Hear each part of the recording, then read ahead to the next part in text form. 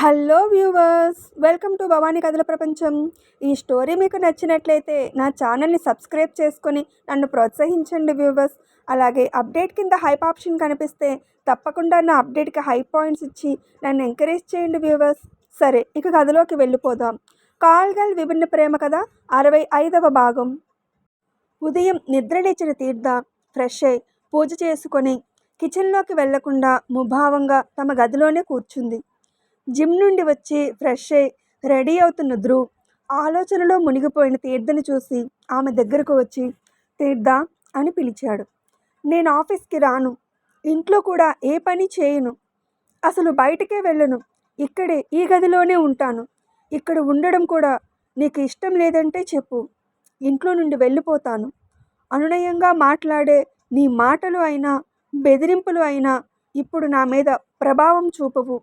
Please నన్ను నాలాగా ఉండనివ్వు అంది. చెడుగా మాట్లాడినవాడు, చెడు ఆలోచన ఉన్నవాడు హాస్పిటల్లో ఉన్నాడు. వాడన్న మాటలకు నువ్వు ఇంట్లో ఉన్న అందరికీ శిక్ష విధించడం ఎంతవరకు కరెక్ట్ అని అడిగాడు.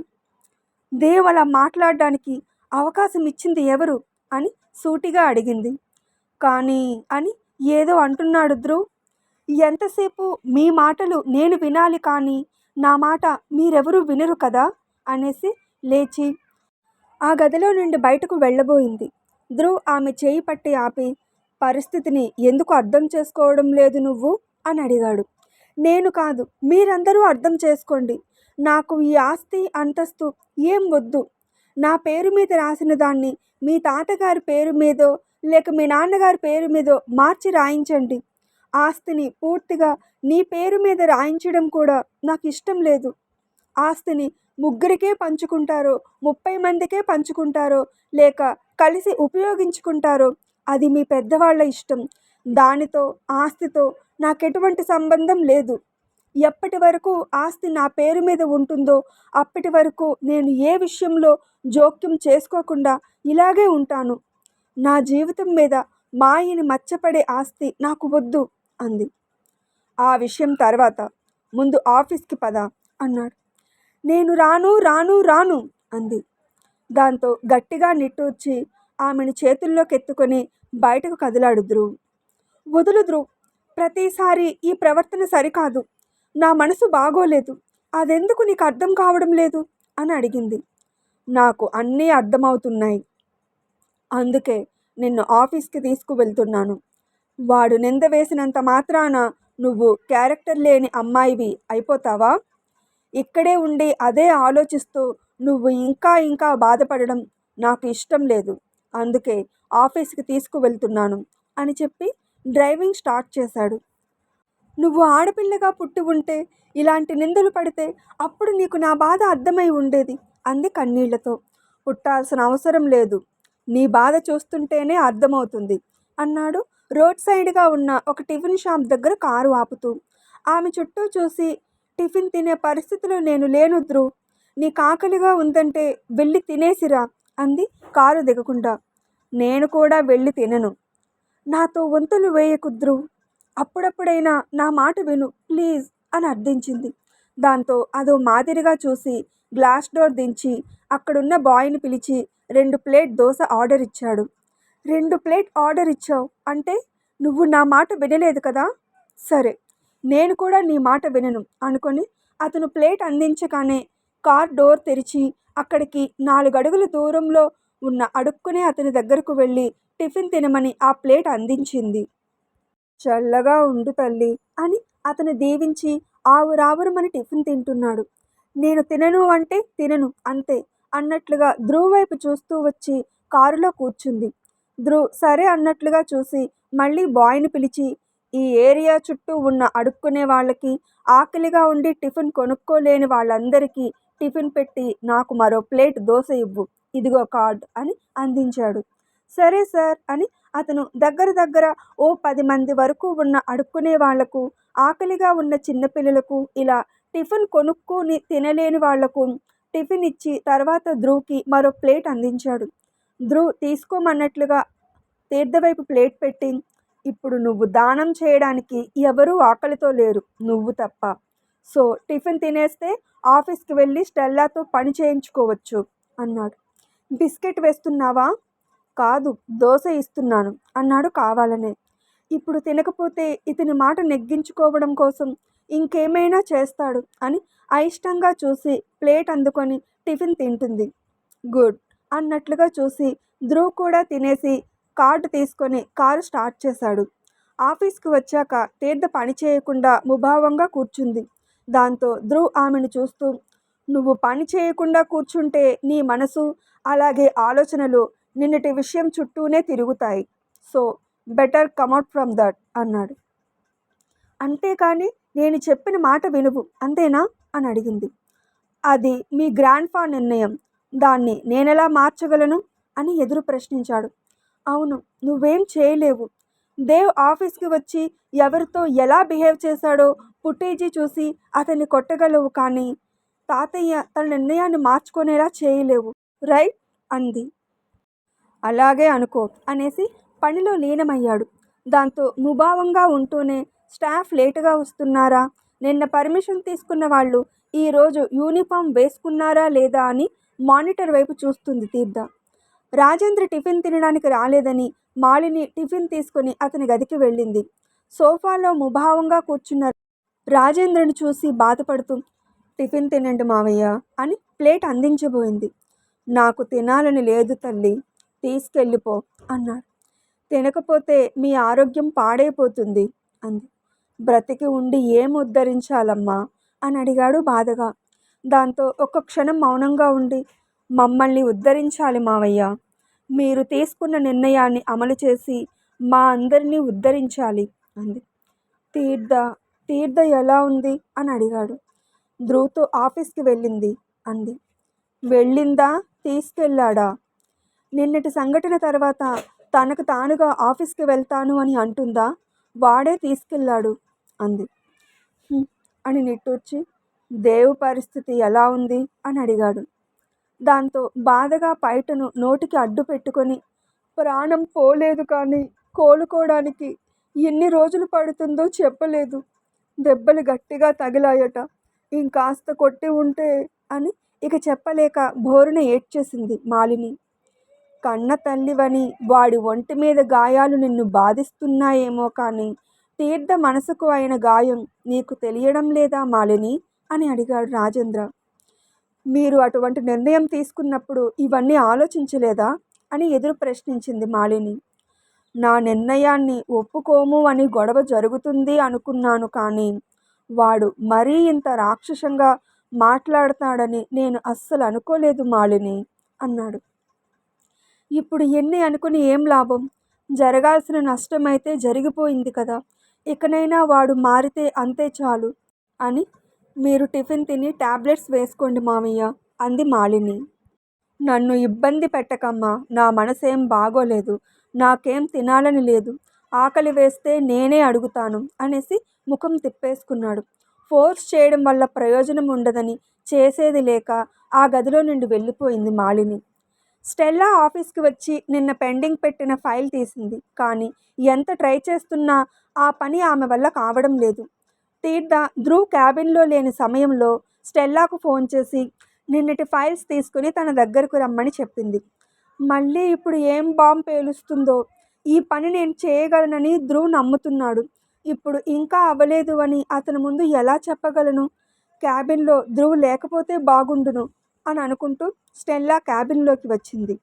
తీర్థ స్టెల్లాను చూస్తూ, నీ దగ్గర ఉన్న ఫైల్స్ పని ఆల్మోస్ట్ అయిపోయింది కదా, ఫినిష్ అవ్వకపోయినా పర్వాలేదు, ఆ ఫైల్స్ ఇచ్చేసి ఇదిగో ఈ ఫైల్స్ పని చూడు, ఇవన్నీ చాలా ముఖ్యమైన ఫైల్స్ అని, వీటిని తెలివి ఉన్న వాళ్ళు మాత్రమే చేయగలరని ధ్రువ్ అంటుంటే విన్నాను. సో నీ తెలివితో 90% వర్క్ని కంప్లీట్ చేసావు కదా, ఇప్పుడు అలాగే ఈ ఫైల్స్ పని కూడా చూడు, నువ్వు చేయగలవు అనే నమ్మకం నాకుంది అని అందించింది. దాంతో ఇబ్బందిగా ముఖం పెడుతూ తన దగ్గర ఉన్న ఫైల్స్ టేబుల్ మీద పెట్టేసి తీర్థ ఇస్తున్న ఫైల్స్ అందుకొని కదలబోయింది స్టెల్లా. నిన్నటిలా పని పూర్తి కాకపోతే రేపు కూడా వాటినే ఫినిష్ చేసేసి నువ్వేంటో నిరూపించుకో అంది తీర్థ కొసమెరుపులా. తప్పకుండా మేడం అని ప్రగల్భాలు పలికి ఫైల్స్ తీసుకొని వెళ్ళిపోయింది స్టెల్లా. పెండింగ్ ఉన్న అన్ని ఫైల్స్ నీకిచ్చి నీ నడుం వంచితే కదా పని విలువ నీకు తెలిసేది అని అనుకొని స్టెల్లా సగంలో వదిలేసిన ఆ ఫైల్స్ని ఎవరికి ఇవ్వాలో ధ్రువుని అడగాలని పక్కన పెట్టింది తీర్థ. స్టెల్లా తన ప్లేస్కి వెళ్ళి హమ్మయ్య అని గుండెల మీద చేతులేసుకొని క్యాబిన్లో ధ్రువ్ లేడు, అలాగే వేరే ఫైల్స్ కాబట్టి వీటిని అవలీలగా చేసేసి దాని ముఖం మీద విసిరేస్తాను అనేసి ఫైల్స్ ఓపెన్ చేసి చూసింది. దెబ్బకు ఆమెకు కళ్ళు తిరిగినంత పని అయ్యింది. ఏంటి ఈ ప్రాజెక్ట్ వర్క్, నాకు అస్సలు అర్థం కావడం లేదు. నేనే చేయలేను అంటే ఈ ఆఫీస్లో ఇంకెవరు చేయగలరు అని అనుకుంటూ బుర్ర బద్దలు కొట్టుకుంటుంది. తీర్థ మానిటర్లో స్టెల్లా బాధ చూసి మనసులోనే రెక్లెస్గా నవ్వుకుంది. అప్పుడే ధ్రువ్ ఆ క్యాబిన్లోకి వచ్చాడు. తీర్థ అతనికి ఆ ఫైల్స్ చూపించి, ఇవి ఇంకా ఎందుకు పెండింగ్ ఉన్నాయి? వర్క్ అంటే ఇన్ టైంలో కంప్లీట్ చేయాలి కదా, మరి ఈ వర్క్ మనకి ఇచ్చిన వాళ్ళు మనల్ని క్వశ్చన్ చేస్తే మనం ఏం సమాధానం చెప్తాం అని అడిగింది. దాంతో ధ్రువ్ తీర్థ వంక విస్మయంగా చూసి, నాయకత్వ లక్షణాలు మామూలుగా లేవు నీకు, ఊరికే ఆఫీస్కి రానని ఏ పని చేయనని అంటావు కదా అన్నాడు. నీ బిస్కెట్కి ఇక్కడెవరు పడిపోవట్లేదు, కానీ ఇష్టం ఉంటే రీజన్ చెప్పు, లేదంటే పని చేసుకో అంది చిరాకుగా. అలగడంలో తమరిది మొదటి స్థానం, నీతో ఎవడూ పోటీ పడలేడు అని. ఈ వర్క్స్ పూర్తి అవ్వడానికి ఇంకా చాలా టైం ఉంది. అంత కష్టంగా ఉండే వర్క్ ఇచ్చేటప్పుడు టైం పీరియడ్ కూడా ఎక్కువ ఇస్తారు అన్నాడు. ఓకే, రీజన్ బాగుంది. టైం ఉందని నెగ్లెక్ట్ చేయకుండా వర్క్ వచ్చిన వెంటనే ఆ వర్క్ బాగా వచ్చిన వాళ్లకు ఫైల్స్ ఇచ్చి సరిగా చేయించుకొని తప్పొప్పులు సరిచేసుకొని టైం కన్నా ముందే వర్క్ హ్యాండ్ ఓవర్ చేయకూడదా అని అడిగింది. చేయొచ్చు, నేను చేస్తున్నవి అటువంటి ఫైల్స్ వర్కే. ఇంత ఇంట్రెస్ట్గా అడుగుతున్నావు కదా, దగ్గరకు రా, నీకు కూడా నేర్పిస్తాను. మిగిలిన ఫైల్స్ నువ్వు చేద్దువు అన్నాడు. నేను పని చేయను అన్నాను, ఆ మాట వినిపించలేదా అని అడిగింది. అయ్యో, వినిపించడం ఏంటి, స్టెల్లా చేత పని చేయించడం కూడా కనిపిస్తుంది అన్నాడు సెటైర్లా. చెప్పాను కదా, వర్క్ మీద దృష్టి పెట్టకుండా నా మీద పెడతావు అంది అక్కసుగా. నా దృష్టి ఎప్పుడు నీ మీదే ఉంటుందని ఎప్పుడు తెలుసుకుంటావు అని అడిగాడు. నేను నీ గురించి తెలుసుకునేలా నువ్వు నా మనసెరిగి నడుచుకుంటున్నావా అని నిష్ఠూరంగా అడిగింది. అమ్మ తీర్థాలు, నాకు తెలుసు అని అన్నానని ఆ మాట పట్టుకొని నన్ను వాయించకు, నాకు చాలా పని ఉంది అని ఫైల్స్ తీసి చూస్తున్నాడు. వీళ్ళ ప్రశ్నలకు నేను సమాధానాలు చెప్పాలి, కానీ నా ప్రశ్నకు ఎవరూ సమాధానాలు చెప్పరు అనుకొని మళ్ళీ ముభావంగా కూర్చుంది. లంచ్ అయిన తర్వాత ధ్రువ్కి క్లయింట్ని కలిసే పని ఉందని బయటకు వెళ్ళి సాయంత్రం 5 అవుతుండగా క్యాబిన్కి వచ్చి తీర్థకు ఒక ప్యాకెట్ అందించాడు. ఏంటిది అని అడిగింది. ఇప్పుడు నా చిన్నప్పటి ఫ్రెండ్ మ్యారేజ్ ఫంక్షన్ ఉంది, మనిద్దరం తప్పకుండా వెళ్ళి తీరాలి. ఇప్పటికి ఎంతోమంది ఫ్రెండ్స్ పిలిచినా వెళ్ళలేదు, కానీ వీడు కాస్త స్పెషల్. ఫంక్షన్ ఏరియా చాలా దూరం, సో ఇప్పుడు ఇంటికి వెళ్ళే టైం లేదు, నువ్వు ఇక్కడే త్వరగా రెడీ అవ్వు, నేను అరగంటలో వస్తాను అనేసి మళ్ళీ బయటకు వెళ్ళిపోయాడు. అతను వెళ్ళిన వైపే చూస్తూ, రెడీ అవ్వకపోతే ఎలా ఉంటే అలాగే తీసుకెళ్తాడు, కానీ అనుకున్నాక నిర్ణయం మారదు. అతని ఆర్డర్ని పాటించడం తప్ప ఎదురు చెప్పడం వల్ల ప్రయోజనం లేదు కదా అనుకొని మౌనంగా వాష్రూమ్లోకి వెళ్ళి ప్యాకెట్ ఓపెన్ చేసి అందులో ఉన్న dark pink colour sari, matching bangles with జ్యువెలరీని చూసి ఫ్రెష్ శారీ కట్టుకొని ఆర్నమెంట్స్ అలంకరించుకొని రెడీ అయ్యింది తీర్థ. ధ్రువ్ కూడా వేరే క్యాబిన్లో రెడీ అయి తీర్థ దగ్గరకు వచ్చి ముస్తాబైన ఆమెను కన్నులు నిండుగా చూసుకుంటున్నాడు. పింక్ కలర్ శారీలో మ్యాచింగ్ ఆర్నమెంట్స్తో ఆమె ఆహార్యం కుందనపు బొమ్మలా ఉన్నా కూడా ముఖంలో అలివి తెలివి లేకపోవడం చూసి, కాస్త ప్లెజెంట్గా ఉండొచ్చు అన్నాడు. ఉండకపోతే ఫంక్షన్కి తీసుకెళ్ళవా అని క్యాజువల్గా అడిగింది. ఏమైనా నీకు నేనంటే భయం పోయి ధైర్యం ఎక్కువైపోయింది, నన్నే ఎదురు ప్రశ్నిస్తున్నావు, నన్నే భయపెట్టాలని చూస్తున్నావు అని అన్నాడు కావాలని, ఆమెను నార్మల్గా మాట్లాడేలా చేయాలని. అవును, నా ప్రతి ప్రశ్నకు సమాధానం చెప్పేస్తున్నావు, నాకు చాలా భయపడిపోతున్నావు కదా అంది బాధగా రివర్స్లో. దాంతో నిట్టూర్చి, మన మాటల యుద్ధం ఇంటికి వెళ్ళాక చేసుకుందాం, ఇప్పుడైతే ఫంక్షన్కి బయలుదేరు, అసలే చాలా దూరం వెళ్ళాలి అని కదిలాడు. మౌనంగానే అతన్ని అనుసరించింది. అప్పుడే స్టాఫ్ కూడా ఒక్కొక్కరుగా వెళ్ళిపోతున్నారు. నువ్వు పద, నేను వస్తాను అని ధ్రువ్కి చెప్పి తీర్థ స్టెల్లా దగ్గరకు వచ్చి, ఫైల్స్ పని ఎంతవరకు అయ్యింది అని అడిగింది. ఆమెతో ధ్రువ్ లేకపోవడంతో కాస్త రిలీఫ్గా ఫీల్ అయ్యి అయిపోతుంది మేడం అంది. సరే, ఒక ఫైల్ అయినా అయితే అప్పుడే ఇంటికి వెళ్ళు, లేదంటే వర్క్ పెండింగ్ పడిపోతుంది. నువ్వు కంప్లీట్ చేసేయగలవులే అని వెన్న రాసింది. దాంతో ఏదో నవ్వాలన్నట్లు నవ్వి అలాగే మేడం అంది స్టెల్లా. తీర్థ కారులో కూర్చోగానే ధ్రువ్ ఫోన్ మాట్లాడుతూ డ్రైవింగ్ స్టార్ట్ చేశాడు. వెంటనే బ్లూటూత్ లాగి వెనక సీట్లోకి విసిరేసింది తీర్థ. వాట్ అన్నాడు.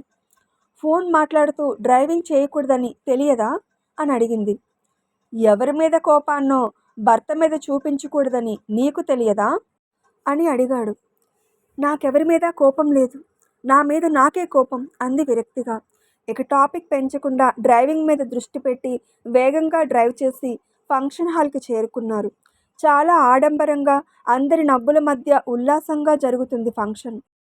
అందరూ చాలా రిచ్గా రెడీ అయి వచ్చి వధువరులను విష్ చేస్తున్నారు. ధ్రువ్ తీర్థను తీసుకుని డయాస్ మీదకు వెళ్ళి నూతన వధువరులను విష్ చేశాడు. అక్కడ జరుగుతున్న హంగామాను, వచ్చిన బంధువులను చూసి తన పెళ్ళి ఎలాంటి పరిస్థితిలో అయ్యిందో, ఆ తర్వాత నుండి ఆమె ఎలాంటి పరిస్థితులను ఎదుర్కొంటుందో గుర్తొచ్చి తీర్థ బాధ రెట్టింపయింది.